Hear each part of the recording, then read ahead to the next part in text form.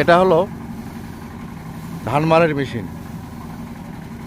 এই যে মেশিনটা দেখতেছেন, এই মেশিনটি হলো ধান মাড়াই করা মেশিন।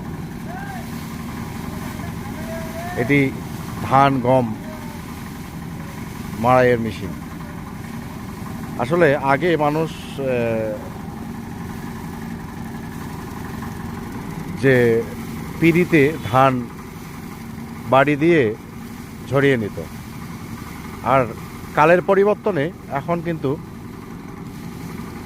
মানুষ এই মেশিনের সাহায্যেই ধান মাড়াই করে। আর এই যে এটা দেখতেছেন, একটু এটা হলে গ্রাম্য ভাষায় যেটা আমাদের এখানে বলে খড়ের পুঞ্জ। পুঞ্জ মানে হলো স্তূপ, সারি সারি করে স্তূপ করে সাজানো, এটাই হলো খড়ের পুঞ্জ। এই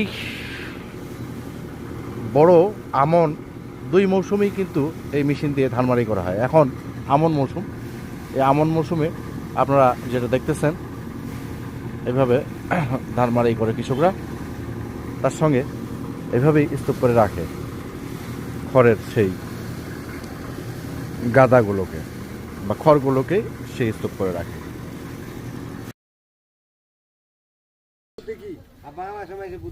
না, ওরা ইয়া করে দিবে, ওরা যে মডেলটা, এটা সেলো মেশিন। হ্যাঁ, এটা ইংলিশতে কই আমরা।